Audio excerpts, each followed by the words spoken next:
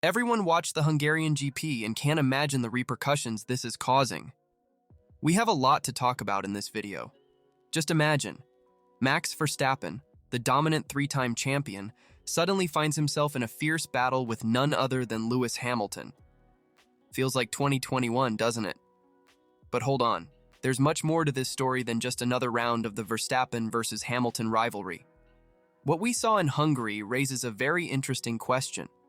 Is Max really that unbeatable driver when the car isn't 100%? Or has Red Bull created a monster that can't handle the pressure when things don't go as planned? Subscribe to the channel so you don't miss anything. Now, let's get to what matters.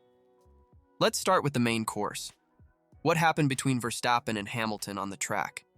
It feels like we went back in time, doesn't it? There they were, side by side, fighting for position like in the old days. But this time, things got a bit more, let's say, intense. At turn 1, Verstappen attempted a daring overtake on Hamilton. The result? Max's car even took off for a moment, reminiscent of that scene at Monza in 2021. But this time, both managed to continue in the race. The most interesting part? The stewards considered it a racing incident. No penalties. But what really caught attention was what happened next. Verstappen was clearly frustrated, not just with Hamilton, but with his own car. Throughout the race, he didn't stop complaining over the radio. The brakes are terrible. The car won't turn, were just some of the gems we heard. And it didn't stop there. Max started openly criticizing the team's strategy. No, man, don't give me that. You guys give me this strategy, okay? I'm trying to rescue myself. Imagine the atmosphere in the Red Bull garage at that moment. But here's the question. Is Verstappen really facing problems with the car? Or are we seeing a driver who doesn't know how to handle a car that isn't absolutely dominant? Speaking of handling things, let's talk about the behavior of the three-time champion. Because, let's be honest, what we saw at the Hungarian GP wasn't exactly what we expect from a world champion, right? Verstappen has always been known for being straightforward and sometimes even a bit aggressive in his opinions. But this time, it seems he crossed a line. Criticizing openly the team that gave you 3 world titles? That's heavy, guys. But is it entirely his fault? Let's think for a moment. Red Bull practically created Verstappen. He entered F1 very young, was quickly promoted to the main team, and in recent years had an almost unbeatable car at his disposal. And the FIA? Well, let's say they haven't exactly been strict with Max over the years. Remember those controversies in 2021? Exactly, it seems Max always had a certain, let's say, free pass in some situations. The result? An incredibly talented driver, no doubt, but one who seems not to know how to deal with adversity. It's as if he expects everything to always work perfectly, and when it doesn't, well, you saw what happens. The question remains, is this behavior worthy of a 3-time world champion? Did Red Bull create a monster they now can't control? Or is this just a passing phase of frustration? Now let's talk about someone who seems to be adapting very well to the new reality. Lewis Hamilton. The 7-time champion is back in the game, folks, and this is getting on a certain someone's nerves. It's impressive to see how Hamilton, with a competitive car in his hands, is managing to extract maximum performance and, in the process, show a side of Verstappen we haven't seen since 2021. Remember that fierce rivalry?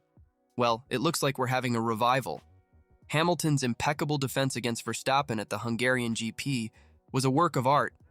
It was like watching a master giving a lesson, and this clearly affected Verstappen psychologically. The complaints over the radio, the aggressiveness in overtakes. All of this shows a Max who is not used to being challenged in this way. It's almost like we're seeing the old Verstappen back. That impetuous, sometimes reckless driver who didn't think twice before forcing a risky overtake. The difference is that now, he no longer has that absurd car advantage he once had. And this leads us to an interesting question. Are we seeing the true test of Verstappen as a driver? After all, it's easy to be a champion when you have the best car on the grid by a considerable margin. But what about now, when the competition is tighter? This new dynamic between Hamilton and Verstappen is not only rekindling an epic rivalry, but also showing Hamilton back on the podiums with a car that is proving competitive. Perhaps Verstappen is feeling frustrated because he's not receiving the same level of performance from his team at the moment. And speaking of frustration, Red Bull must be feeling some of that too. After all, the Constructors' Championship, which seemed guaranteed, is now under threat. After dominating the past seasons, it seems the Austrian team is facing unexpected turbulence. The problem? Well, it's that old story. You can't race on one leg. Verstappen has been doing his part, but what about the rest of the team? Perez, despite having a decent recovery in Hungary after an incident in qualifying, hasn't been able to maintain the consistency needed to secure crucial points for the team. And as if that wasn't enough, there's another bomb on the horizon. Verstappen has an engine penalty to serve.